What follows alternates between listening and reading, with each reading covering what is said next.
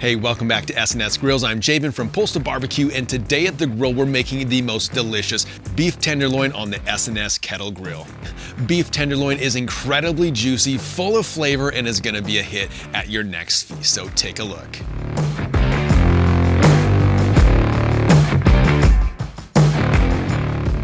As I said, welcome back to SNS Grills. I appreciate you being here. Today at the grill, we're cooking up this amazing beef tenderloin, specifically the center portion, which is typically called the Chateaubriand, which is such an amazing piece of meat. You know, whenever you pull out the beef tenderloin, you know it's a special occasion. This is one of the most coveted pieces of meat from the cow. It's tender, juicy, full of flavor, and absolutely delicious. To get to this point, I first removed the fat and the silver skin off the top portion, which then allows you to see the chain that runs along the side. I quickly removed the chain meat from the side, and then I trimmed off the head portion as well as the tail portion, leaving me with the center portion of this beef tenderloin. And then once it was trimmed up to this point, I then applied about a half a teaspoon of kosher salt per pound of meat to the outside surface of this beef tenderloin, and then I placed it into the fridge to dry brine overnight. With the beef tenderloin dry brined overnight, you can see that the color has deepened up a little bit, as well as the outside surface has tacked up a little bit, and this is exactly what we're looking for. And so to finish preparing this beef tenderloin, what we're gonna do is I'm gonna apply a little bit of olive oil to the outside surface.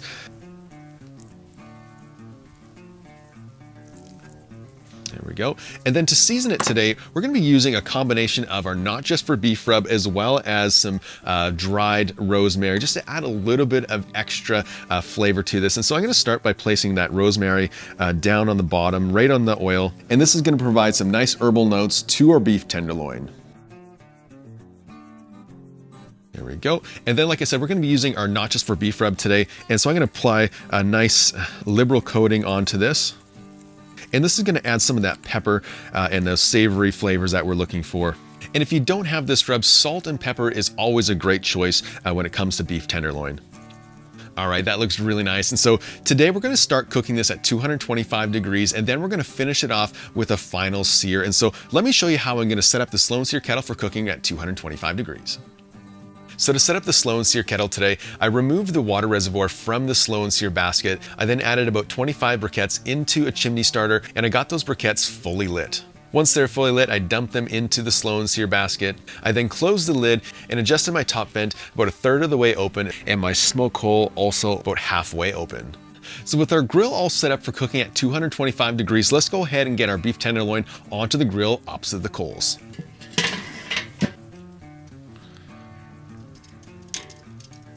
There we go. And then I'm also going to take my SNS 500 digital thermometer and place that into the center of this beef tenderloin.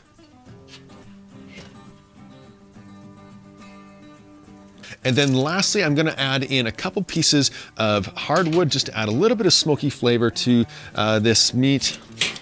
So with everything on the grill, let's close up that lid, and we're going to begin cooking this until it reaches an internal temperature of 80 degrees. At that point, we're going to come back, give it a flip just to promote some even cooking.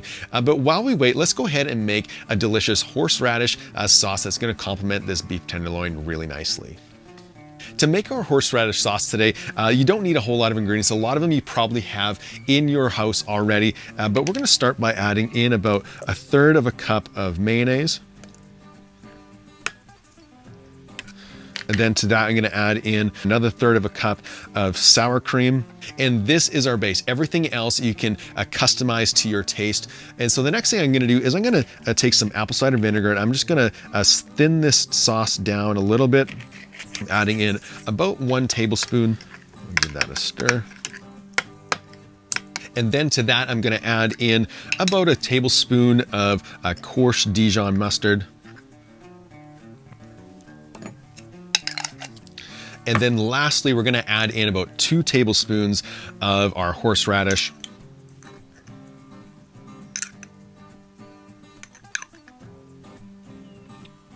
There we go. And then the last thing that we're going to add in is some black pepper.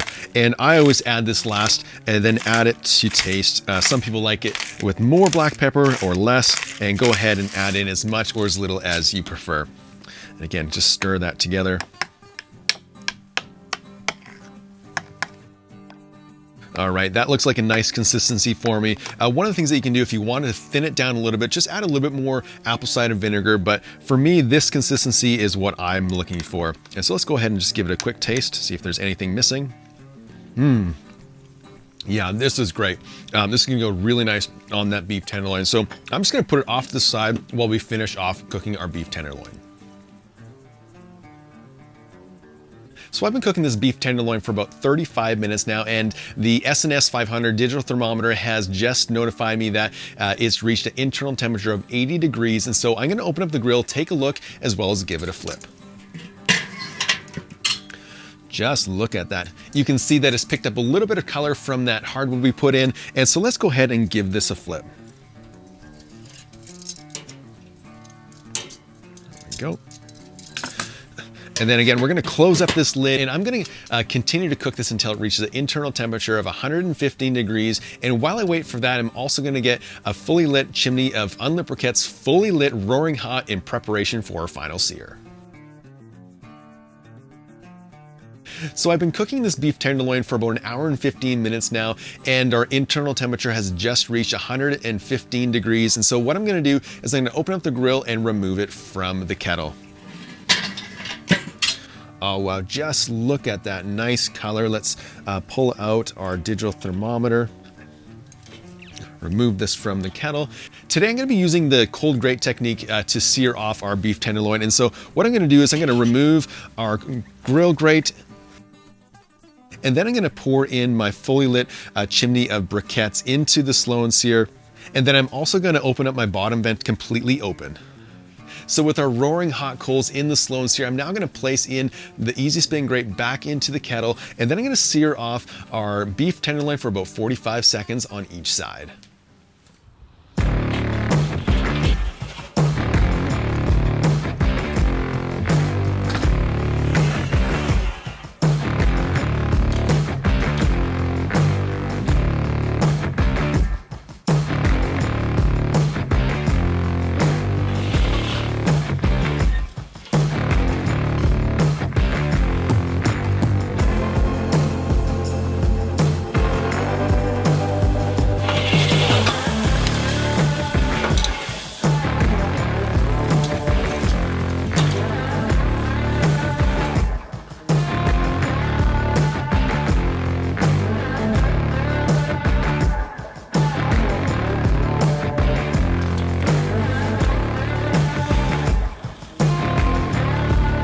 So with our beef tenderloin all seared, let's go ahead and confirm our internal temperature. So you can see this about 126, which for me is perfect because as it rests, it's gonna increase its temperature up to about 130 to 132, which is gonna be a perfect medium rare.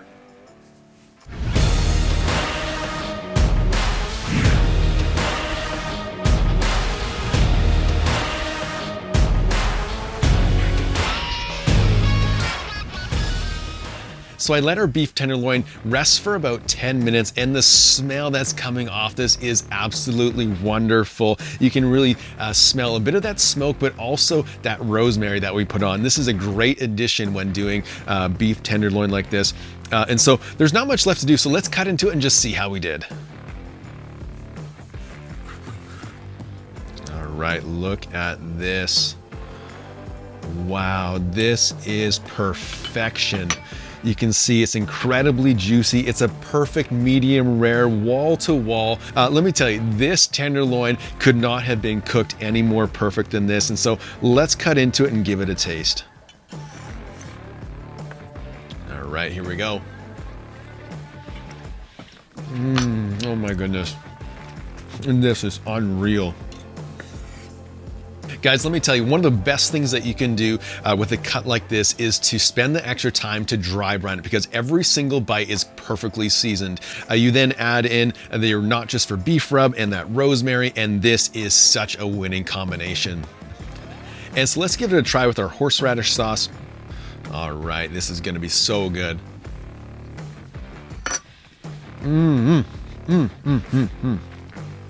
Wow, that's amazing.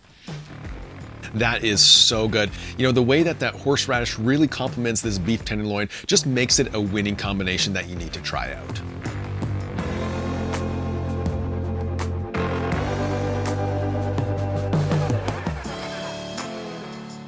This beef tenderloin is incredibly tender, juicy, and I know it's gonna be a hit at your next feast. So make sure to give it a try, and remember, 2 zones are better than 1.